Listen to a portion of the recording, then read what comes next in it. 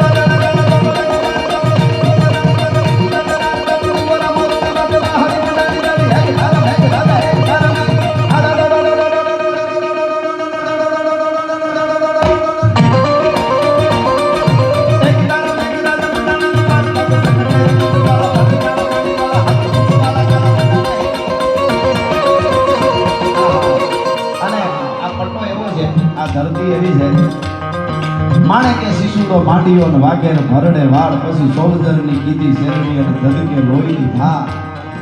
હે ભગવાન દ્વારકાધીશ માટે એવા લડ્યા છે. મૂળ માણેક, જોડા માણેક અનેક વીરો લડ્યા છે.